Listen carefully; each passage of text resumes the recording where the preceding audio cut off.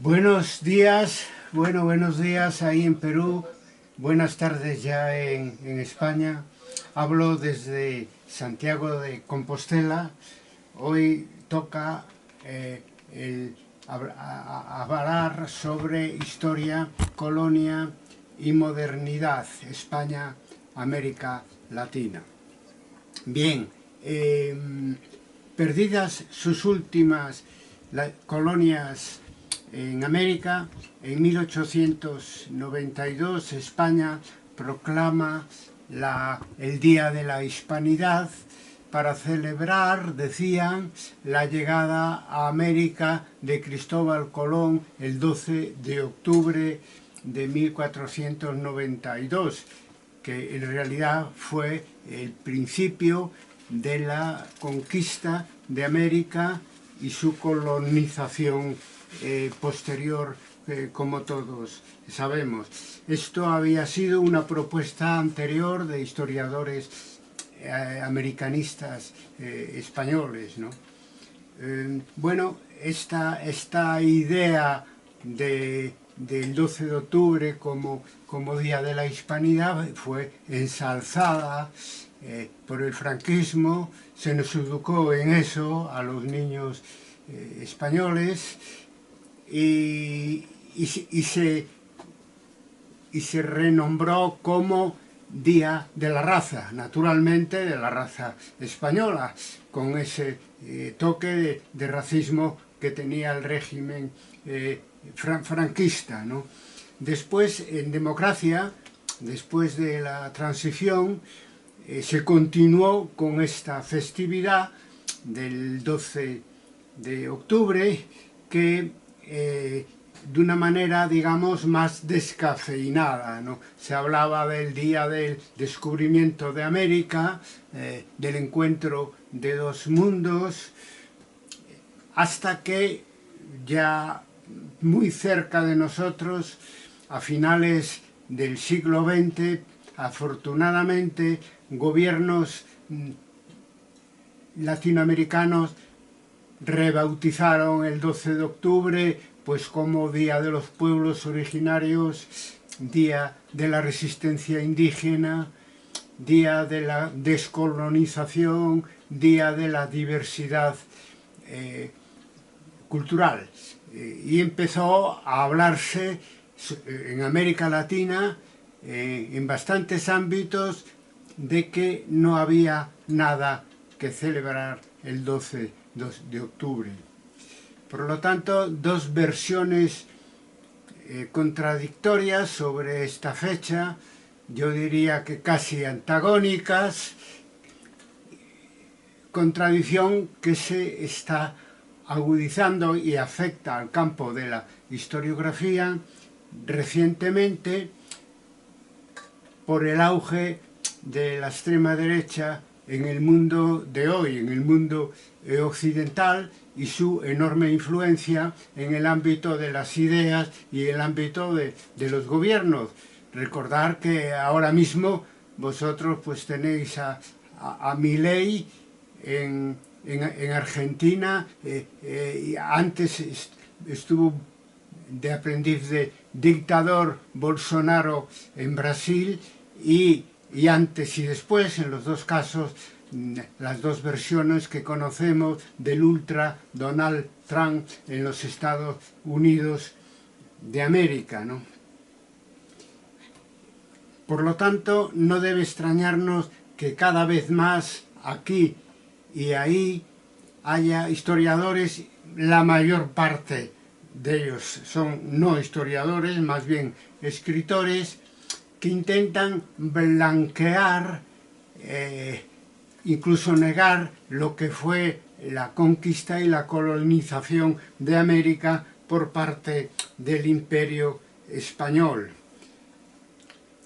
Conquista y colonización y sus efectos nocivos para las culturas prehispánicas que están sobradamente probados en la investigación académica, pero lo que ahora manda en la política, en los medios, en internet, como todos sabemos, pues es las falsas noticias, las news fake, ¿no? Y entonces, ¿qué pasa? Por ejemplo, el mes pasado, el ministro español de Asuntos Exteriores, Álvarez, reconoció, tenía que haberse hecho antes, la injusticia que supuso la colonización de América y los daños causados. Y el principal líder del partido de la oposición, Núñez Feijóo, llegó a decir que nosotros, dicen este derechista, estamos orgullosos de nuestra historia. No podemos estar orgullosos, como se dice, de la colonización, ni tampoco de la Inquisición, ni tampoco del franquismo. De muchas cosas en nuestro país no podemos estar de acuerdo hoy en día si queremos construir un mundo en paz y un mundo más justo. Este problema lo tienen todas las naciones, pero las derechas actuales, muy influidas por la extrema derecha, pues ya piensan que hay que revisitar la historia escrita hasta este momento, y donde antes había dictadura, pues decir que aquello fue el paraíso terrenal y que no se cometieron excesos ningunos como de lo que estamos hablando, que es la llegada e instalación de los españoles en América Latina y de otros europeos en otros lugares de América, ¿no? Por lo tanto, aquí ahora tenemos esta novedad de que esta posición ultra está siendo defendida por gobiernos importantes en el mundo occidental. Y los historiadores tenemos ante eso un compromiso, que es el compromiso con la verdad histórica.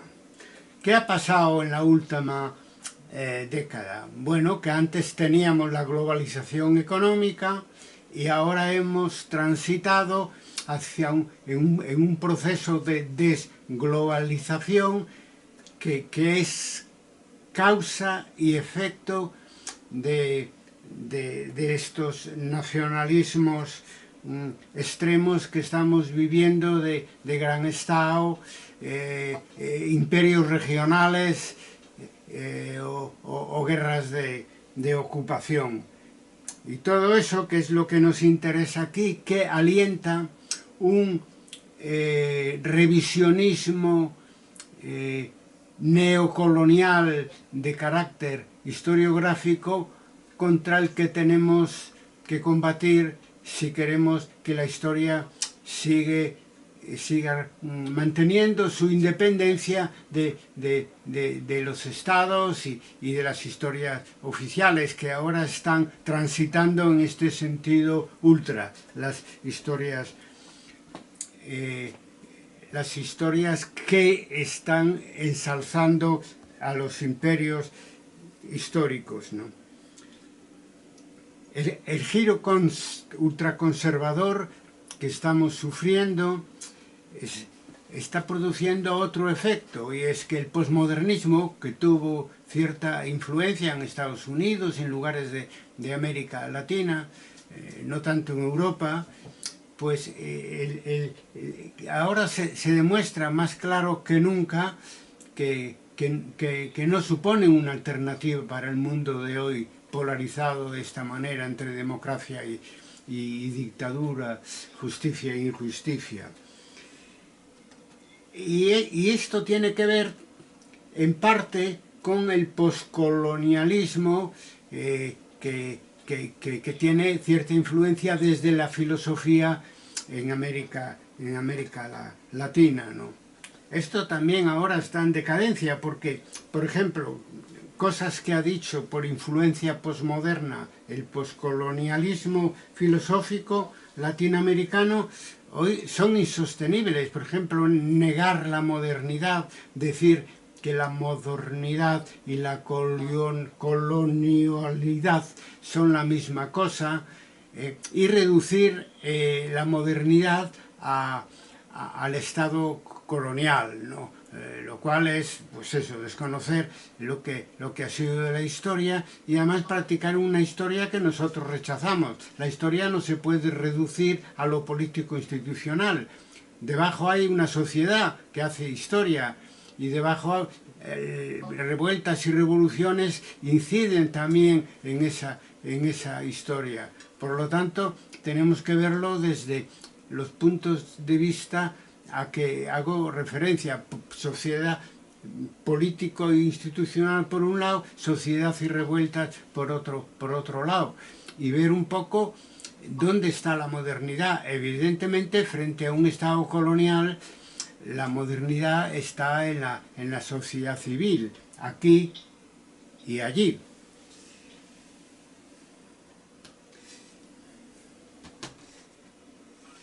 Estamos, sin embargo, más de acuerdo, porque ya se hacía antes, pero no sobra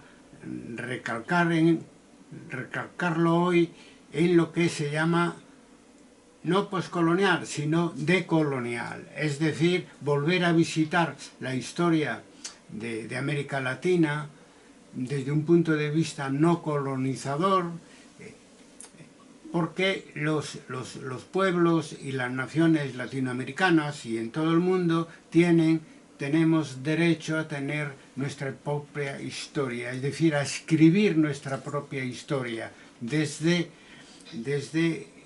abajo, desde la antigua periferia, desde las clases subalternas. Eso hay que reivindicarlo siempre. Por eso, por lo que estamos hablando aquí, nosotros somos partidarios de, ante el auge de la globalización y la desglobalización, que ahora lo último está sirviendo para propagar las ideas ultraconservadoras, somos partidarios de unir esfuerzos a los dos lados del Atlántico, ¿no?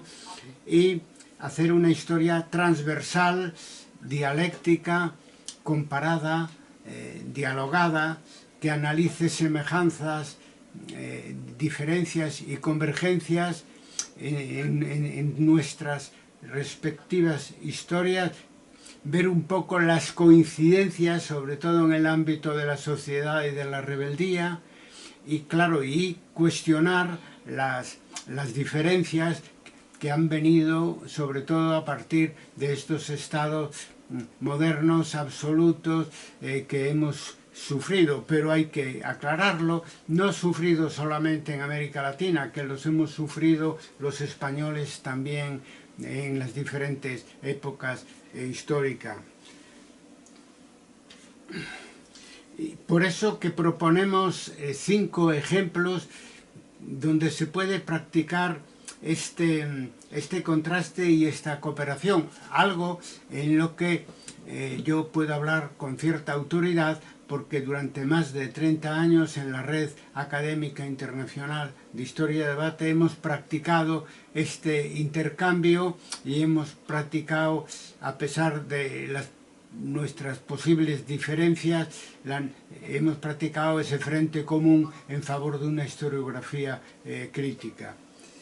Y para ver las posibilidades que tiene una historia que sirva a la verdad, pero que al mismo tiempo, en este caso, sea transatlántica, etcétera, vamos a proponer 5 ejemplos que, en mi opinión, son significativos de lo que venimos hablando aquí. Tenemos unas historias diferentes, pero con elementos comunes que debemos desarrollar desde el punto de vista de una historiografía crítica. Por ejemplo, culturas prehispánicas y culturas prerromanas, en diferentes épocas históricas. Culturas prehispánicas, digamos, prehispánicas que han sido, en fin, invadidas y anuladas en buena medida por la colonización de España y de otros países europeos. Eso, pues en el siglo, finales del siglo, en el siglo XVI.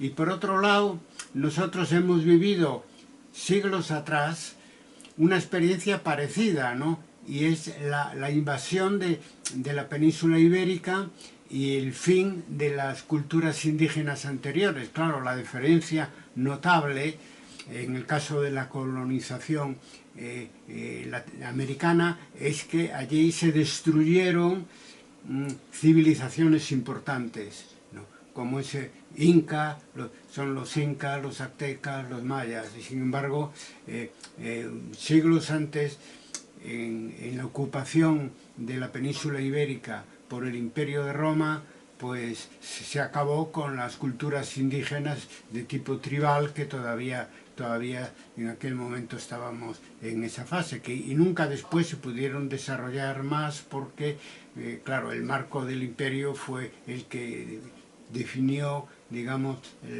el futuro de lo que luego se llamaría España, ¿no? Otro paralelismo, ya en el siglo XVI, podemos confirmar entre las resistencias indígenas al Imperio Español, por un lado, y las comunidades de Castilla, por el otro. Las comunidades de Castilla, paralelamente a la colonización de América, pues fue una rebelión principalmente de las ciudades, de gran parte de Castilla, que tenía el mismo enemigo, el mismo adversario, digamos, que las resistencias indígenas americanas, que era Carlos I de España y V de Alemania, es decir, el Estado imperial. Otro paralelismo en los siglos XVI, XVII, XVIII, es decir, en la época de la colonia había colonizadores españoles en vuestro continente, enviados por este Estado imperial contra el que nuestros antecesores luchaban también aquí en España, y por otro lado también había españoles humanistas. Es decir, que para hacer una historia dialéctica hay que decirlo también. El ejemplo más notorio es Bartolomé de las Casas, el que luego fue obispo de Chiapas.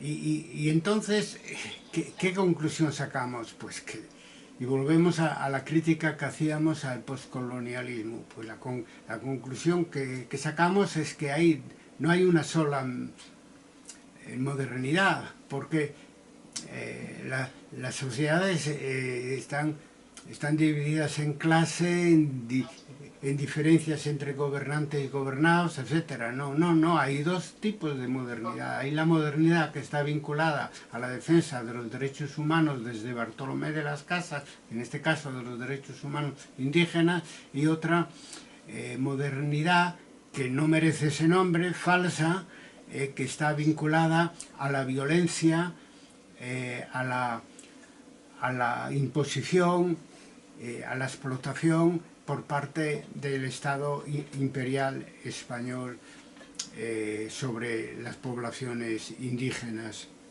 en este caso americanas. También podemos ya en el siglo XIX hablar del paralelismo entre los latinoamericanos independentistas luchando contra el imperio español, y los liberales españoles que también luchaban contra el mismo Estado para acabar con los residuos de feudalismo que existían en ese momento en España, ¿no? Por lo tanto, son dos tipos de rebeldía que tienen un adversario común, que es el Estado absoluto en España, en su forma imperial, pero también en su forma oligárquica en nuestro país, ¿no? Entonces éramos rebeldes ambos contra ese Estado absoluto, y además bebíamos de las mismas fuentes, porque la Ilustración francesa, de gran influencia en el siglo XVIII ya en España y en América Latina, es donde habíamos aprendido nuestros objetivos, habíamos sacado nuestros objetivos para cambiar las sociedades, ¿no? Que son naciones independientes y soberanas, y que son, pues, acabar con el régimen, con los regímenes estamentales del antiguo régimen del absolutismo español, hasta llegar por fin al siglo actual, al siglo XXI, donde esa cooperación está muy igualada ya, y es, digamos, que es en el movimiento social global. Entonces, eso se inició en el año 1 con el movimiento, 2001, con el movimiento altermundista, y se funda en Porto Alegre, Brasil, el foro de Porto Alegre, que fue un movimiento importante con la globalización que en aquel momento existía, de tipo económico, vinculada al pensamiento único neoliberal. Entonces ahí ya se combinaban europeos y americanos de igual a igual, ya digo. De hecho, la sede de ese movimiento altermundista se situó en Brasil. Luego, en 2010, ese movimiento social global que ha ido cambiando, es una característica del siglo XXI, ha ido cambiando sus objetivos y de fisonomía en las 2 décadas que han transcurrido ya del siglo XXI, pues decía que en el 2011 es el movimiento de los indignados, que se inicia en el norte de África. En España tiene por el 15M una importancia extraordinaria, porque cambió la política española e hizo posible lo que hoy tenemos, ¿no? Que es casi el único gobierno de coalición progresista exitoso que tenemos en Europa, ¿no? Pues eso ha tenido su origen lejano en el año 2011, en el movimiento de los indignados, que después, en esa década, que es la década anterior a la que estamos, ha ido manifestándose en diversos países de América Latina. El último de ellos, Perú, como bien vosotros sabéis y habéis protagonizado en el mes pasado, porque en el año 2025 se da una triple manifestación de un movimiento social global que demuestra su enorme fuerza, porque tenemos que hablar de cientos de miles, de millones de movilizados, ¿no? En el mundo occidental, y ya últimamente también en el mundo oriental. Me refiero primero a la generación Z, que son, voy a hablar de tres movilizaciones que son del mes anterior al que estamos, del mes de octubre. Primero, la generación Z, vuestra generación Z, que se ha manifestado aquí de una manera clamorosa, pero también va camino de hacerlo en otros países. Por ejemplo, es la generación que le ha dado el triunfo a Mamdani como alcalde de Nueva York, Mamdani musulmán y socialista, ¿no? Y como punta de lanza contra la degeneración de la democracia estadounidense de la mano de Donald Trump. Entonces, no solo grandes movilizaciones como la que habéis celebrado hace unas semanas vosotros, sino también grandes movilizaciones no en la calle, sino electorales, que son, en definitiva, las que marcan las que permiten triunfar, ¿no? Con los cambios en los congresos de diputados y en los gobiernos, ¿no? Y es el camino que tenemos que seguir: doble movilizaciones y voto a opciones democráticas, regeneradoras, progresistas, para frenar a esta extrema derecha rampante que sorpresivamente estamos padeciendo en el siglo XXI. Otro movimiento muy importante que se acaba de manifestar en el mes pasado es el No King, es decir, 7 millones de personas se movilizaron en los Estados Unidos contra el aprendiz y peligroso ultraconservador Donald Trump en Estados Unidos. Eso va a traer mucha cola. Bueno, ya la trae porque en las últimas elecciones las perdieron el partido de Donald Trump y las ganaron los demócratas, en este caso, además, en Nueva York, un joven de la generación anterior a la vuestra, un millennial, Mamdani, que además se proclama socialista, que en nuestro país, en España y en Europa en general es algo normal, etcétera, pero que en Estados Unidos pues es un factor de subversión. Por eso es tan importante el éxito que acabamos de vivir de Mamdani en las elecciones para la alcaldía de Nueva York. Y claro, por lo tanto, generación Z, no kings, no reyes, queremos democracia. Y en tercer lugar, Gaza, la solidaridad con Gaza. Porque lo nuevo en este último mes es que no es solo la convergencia de grandes manifestaciones en el norte y en el sur, ¿no? Por ejemplo, en Europa y en América, ¿no? Sino además esa misma coincidencia se da entre Occidente y Oriente, y eso han sido las manifestaciones alrededor del 10 de octubre en solidaridad con Palestina, que fueron enormes, de no sé de millones, pero de cientos de miles seguro en Europa y en Oriente, ¿no? Entonces, y que además consiguieron un alto el fuego, porque fueron esas movilizaciones enormes las que hicieron inviable la locura genocida de Netanyahu en el Estado de Israel. Bueno, pues eso es lo que se lo quiso atribuir Donald Trump, más bien para hacer después, si hubiera una paz, que esperemos, en esa zona del mundo, para hacer negocios inmobiliarios. De hecho, sus negociadores eran gente cercana a él que se dedicaban a eso, y además dentro de la locura de que exhibe muchas veces el presidente Trump, pues que quería que eso ayudara su papel para parar la guerra de Israel-Gaza, que no es guerra, es simplemente una invasión mortífera, de masacre continua sobre el pueblo palestino. Él quería que le dieran el Nobel de la Paz. Imaginaros, el mundo no ha cambiado tanto como para que el sentido común siga imperando, porque a un belicista como él,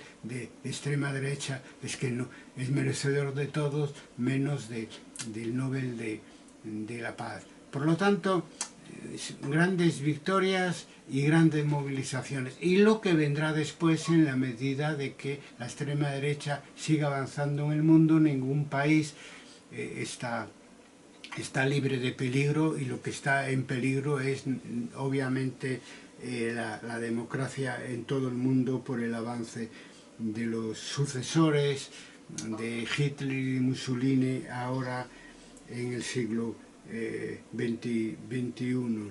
En fin, termino. La historia, amigos, colegas, la escriben los pueblos, siempre ha sido así, aunque a veces eso los medios no lo reflejan. Los historiadores tenemos que hacer una historia global y hacer ver el papel de todos los ámbitos de la sociedad en la historia que estamos viviendo. La historia la escriben en definitiva los pueblos. Otra historia global es posible. Estamos por una modernidad global, transmodernidad, sugería Dussel llamarle a eso. Yo prefiero llamarle simplemente modernidad de la buena, pero global, que luche